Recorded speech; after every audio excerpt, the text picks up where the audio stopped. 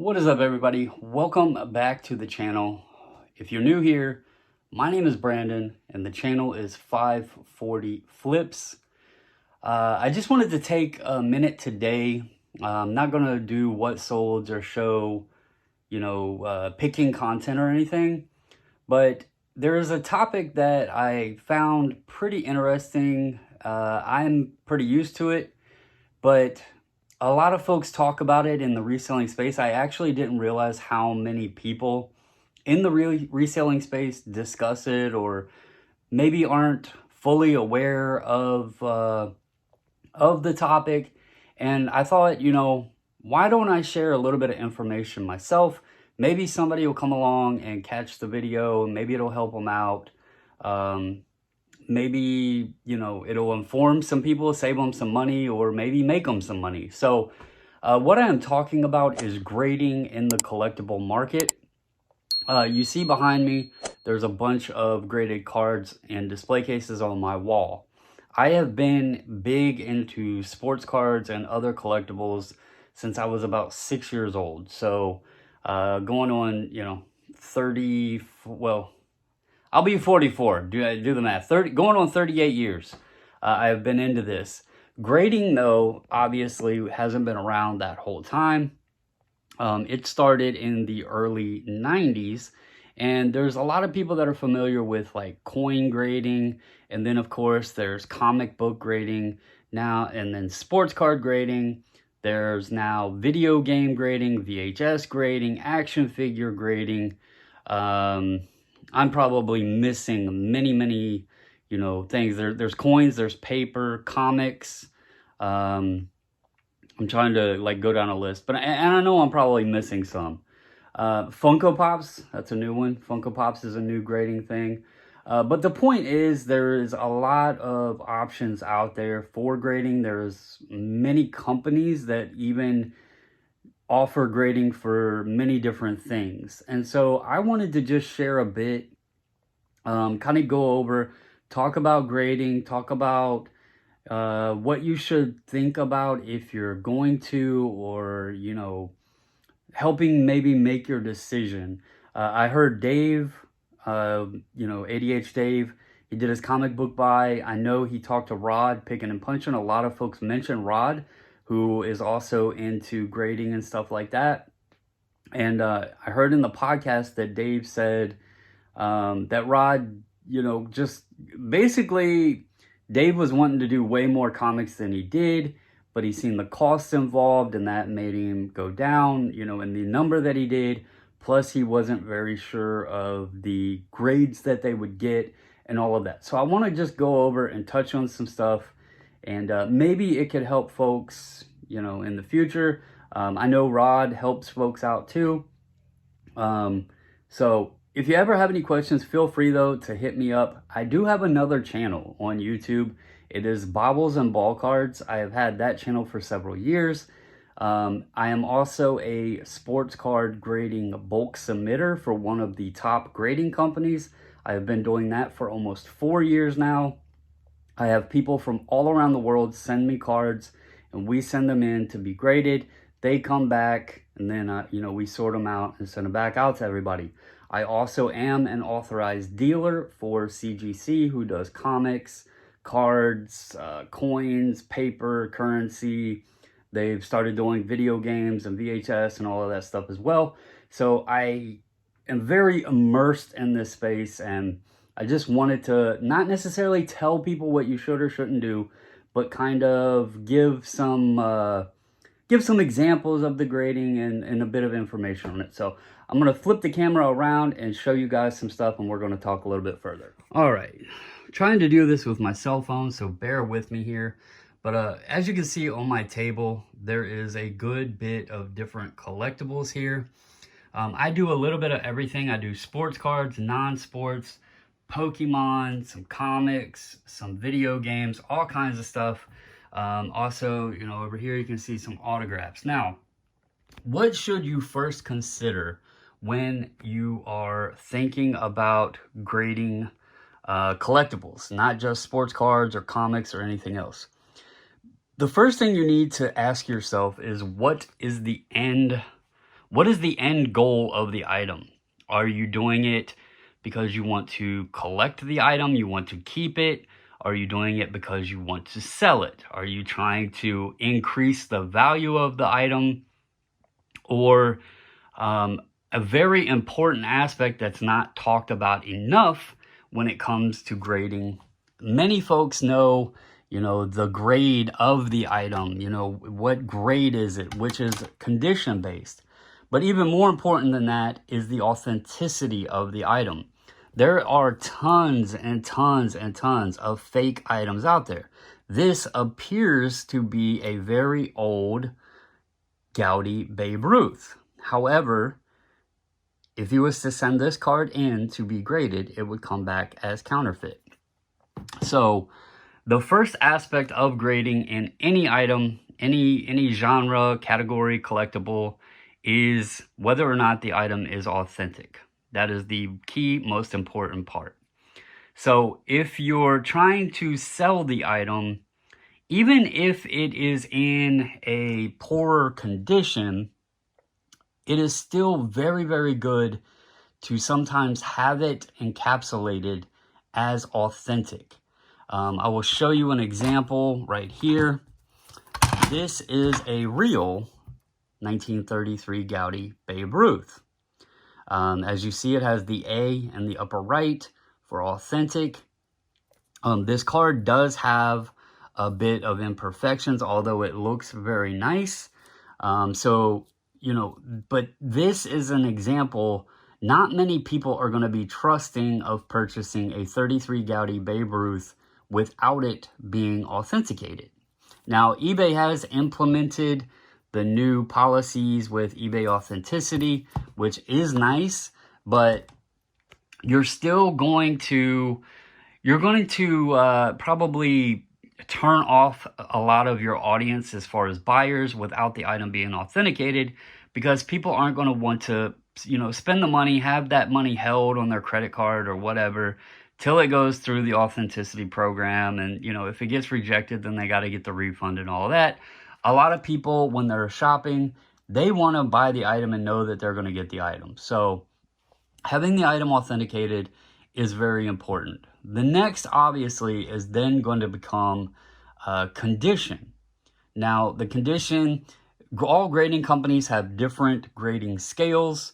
For example, and I will go through here, I'll show you the main three that does Pokemon, because it's or TCG stuff, even Magic the Gathering and Yu-Gi-Oh! But for Pokemon, you obviously have PSA, you have CGC, and then you have SGC, and you also have Beckett. I unfortunately do not have a Beckett slab with Pokemon in it, so I cannot show you that, but I did have those three.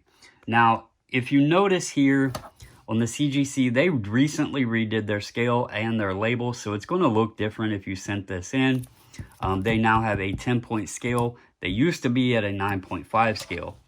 PSA is a 1 through 10 scale, but they do not have a 9.5 grade. They are basically 1 through 10, and they do have half-point grades up to 9, but they do not have a 9.5. It goes from 9 to 10. SGC has a 1 to 10 scale. Also, they have a pristine, which is a gold label, but they do have a 9.5, which is a mint plus. And then I'll show you this in sports cards. Where did I put it? Right here. Beckett, they have a 1 through 10, but their 9.5 is their gem mint and not their 10. They actually have two different 10s, a pristine gold label and a pristine black label. Now, I know that's getting a bit confusing, but it kind of gives you a rundown on grading scales. When you get into comics or video games, it's a completely different scale. They go on basically like a 0.2 system. The best you can get in a comic is a 10, but it is very, very, very unlikely you will ever get a 10. They do also do a 9.9, but again, very, very, very unlikely you would ever get a 9.9.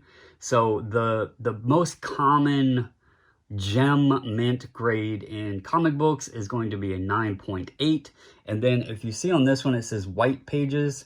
They also look at the pages and there will be white or off-white or whatever. There's also different color labels. As you see, I have a blue label and a yellow label. We will get into that in a minute. But here is sports cards. This is a PSA holder. You can see there it is a Gem Mint 10. This is what a Beckett holder would look like. It's more rigid and thick. It also comes with a sleeve inside. Beckett, you know, prices fluctuate. Beckett used to be the leader in sports card grading. Now they are probably third, even sometimes fourth in terms of resale value.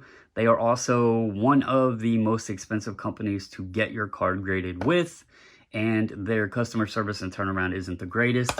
PSA, they go on a value-based pricing scale of how much it will cost you to get your card graded. Turnaround times also vary. It's very hit or miss on how long it will take, but they do hold the most resale value. Then you have CGC. This is CSG on the holder there, but they have recently merged it all together to CGC. The label would look a little bit different. They do have a very, very, very nice slab. It is crystal clear. It feels very, very nice in your hand. Their grading is very, very good, and their pricing is really good. Now, the downside is their resale isn't that great. And, you know, so if you're looking to resell, take that in mind. If you're looking to collect, I would definitely recommend them to be on your radar as an option for grading, because they are great to collect. They also have a set registry and all that stuff, and their turnaround time isn't that bad. And then also we have SGC. This is the company that I have been bulk submitting to for nearly 4 years now. They have the inner black border that surrounds the cards. They are very reputable in terms of vintage grading. They have moved up the list into about, you know, it's hit or miss month to month, but second in volume overall, especially in sports cards. They're number 2 in volume in sports cards, and pricing has steadily climbed where they are behind, just behind PSA in terms of resale value. So they are another one. If you're looking for fast turnaround, it's 5 to 10 business days. Their pricing for grading is very, very, very good, and you get your stuff back quick. And again, you know, you're not going to get the PSA value out of it, but you're going to get your card back, and you're going to get a respectable return value on your cards. Now, outside of that, you know, you have to kind of know what the card is worth to begin with. What will it be? You know, kind of learn what you think the grade will be. Is it worth spending the money to grade? You know, like if you send to SGC through a group submitter like us, it's going to be $14. If you send it on your own, it's going to be $15. So is the card value going to be worth spending the $15 on? As you heard Dave say, I think he spent $800 or $900 to get his comic books pressed and then graded. I don't know what all he sent in and what the values of them would be, or what the expected return grade of them is. I still think with the books he had, getting them graded alone will be easier to move them, because people will have more confidence in the fact that they are graded, they're authenticated, they know what the condition of them is. And I think if nothing else, the money spent for him will be good to get those comics in the hands of a collector, and the collector would feel more confident. So I think he was very smart on doing those. Next up, these are cards. Now, if you go and you get an item autographed, you definitely would like to get it authenticated. Show that the autograph is real. PSA and Beckett do authentication on autographs. SGC and CGC will not do in-person autographs. They only will do manufactured, authenticated, or pack pulled, so to speak, autographs.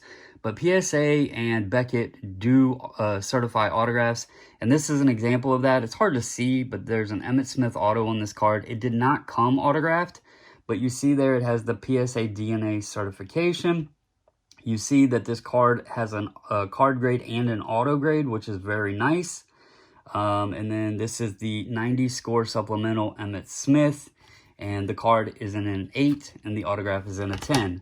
Here is an example of a PSA DNA slab where the card, because it is basically this is a custom card with a Mickey Mantle cut autograph inserted into it.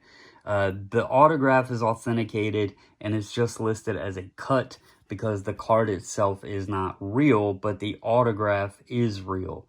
So that's an example of just an autograph authentication slab from PSA. Here is a Beckett slab. This one has the grade of the autograph and the autograph authenticated. This is a Ronald Acuna, and they gave the autograph a 10 and authenticated it. And then here is an example of a Hank Aaron. The autograph is authenticated, but the person did not have the autograph graded.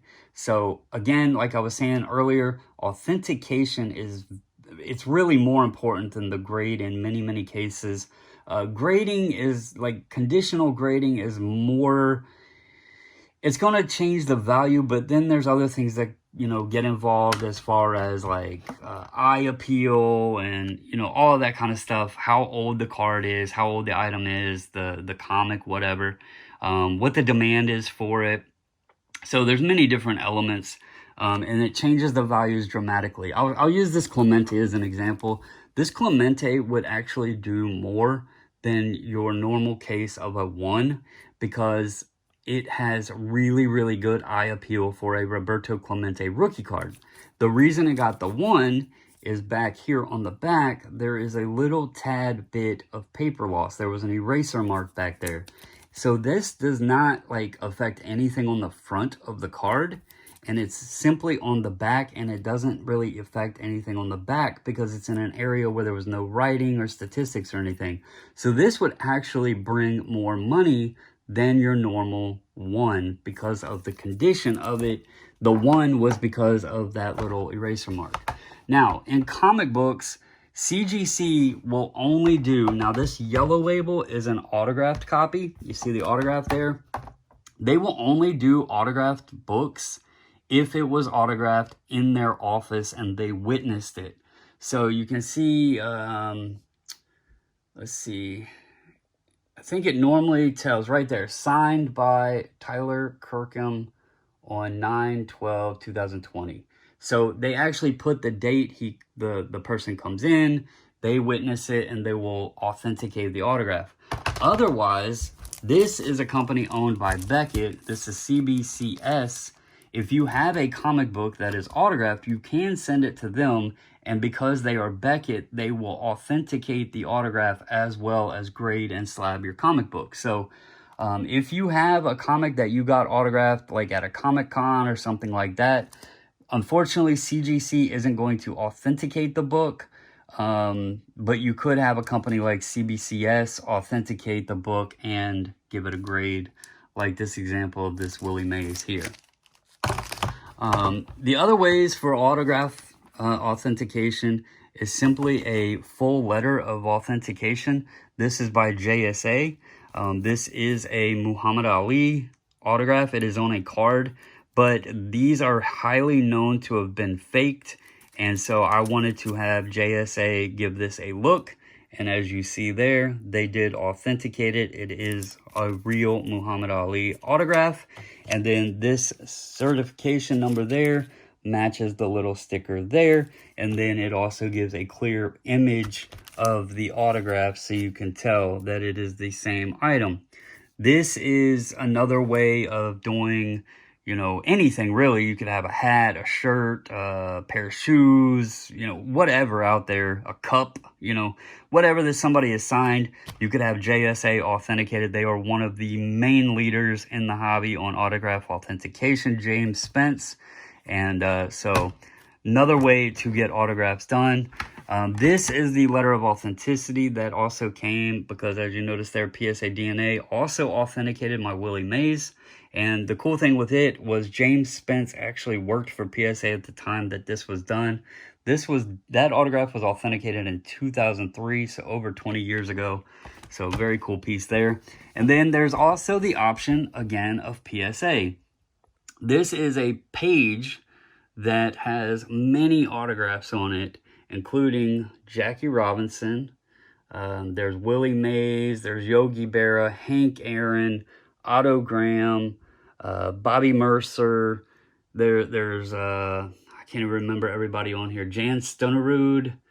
Yeah, there's a bunch of autographs of some highly notable people on here. This was taken out of a program at a golf tournament that had baseball and football players together.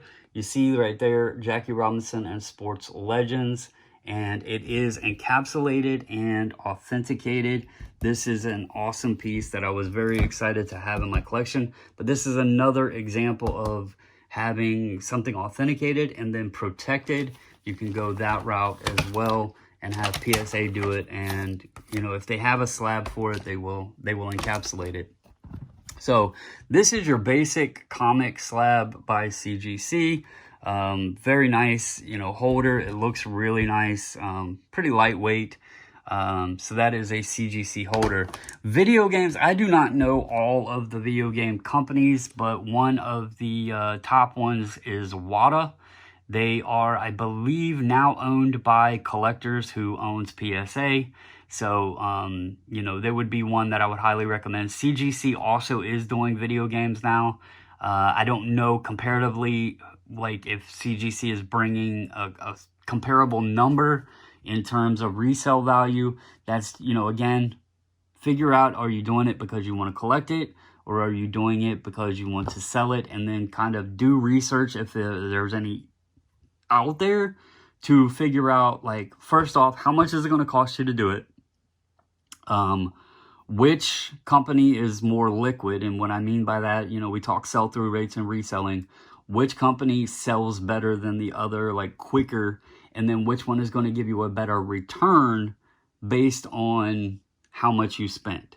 So you might have to spend more for one company to get it graded, but if you can get more money out of it, you know, and then you got to also take into account time, the turnaround time and everything, because sometimes in these markets, prices change so drastically over a period of time. You know, you see some of the collectible guys out there, and one of them is Franchise Kicks.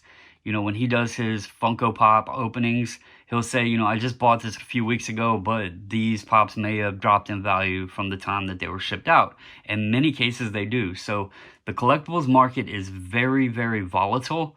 And if it drops, it could drop significantly in a very quick period of time. So be sure to, you know, not only research the cost to the grade or to grade an item, but what the turnaround time will be. Is the cost is the cost going to condone a significant value bump, and it's going to be worth your time and effort to do all of that. And yeah, hopefully this helps. There's so much out there, so many companies out there now. I actually have some VHS tapes that I want to get graded because I know that they would significantly increase in value.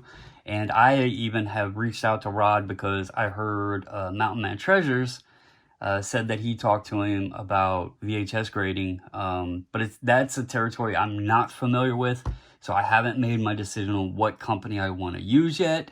But when I do that, maybe I can do a follow-up video and kind of show you guys, you know, the process of the VHS grading and, you know, what I get when they come back or whatever. But those are a little bit more like video games and all that. When you got the seals and all of that stuff, there's a lot more to it. On a card, it is, you know, has it got creases? What's the corners look like? What's the surface look like? Is it centered? You know, the grading is very, very simple. Comics, different animal. You got, you know, spine ticks, corners, page coloring, all of that stuff. So, yeah, it's a crazy game out there, and It can get very expensive, but if you have a nice item and you feel that it would raise the value of it and you're looking to sell it, I would recommend it. But if you ever have any questions, feel free to reach out and I will do my best to answer them. But thanks for watching. If you haven't, hit that subscribe button, comment below, and hit that like on your way out. I would really appreciate it, and I will catch you guys in the next one.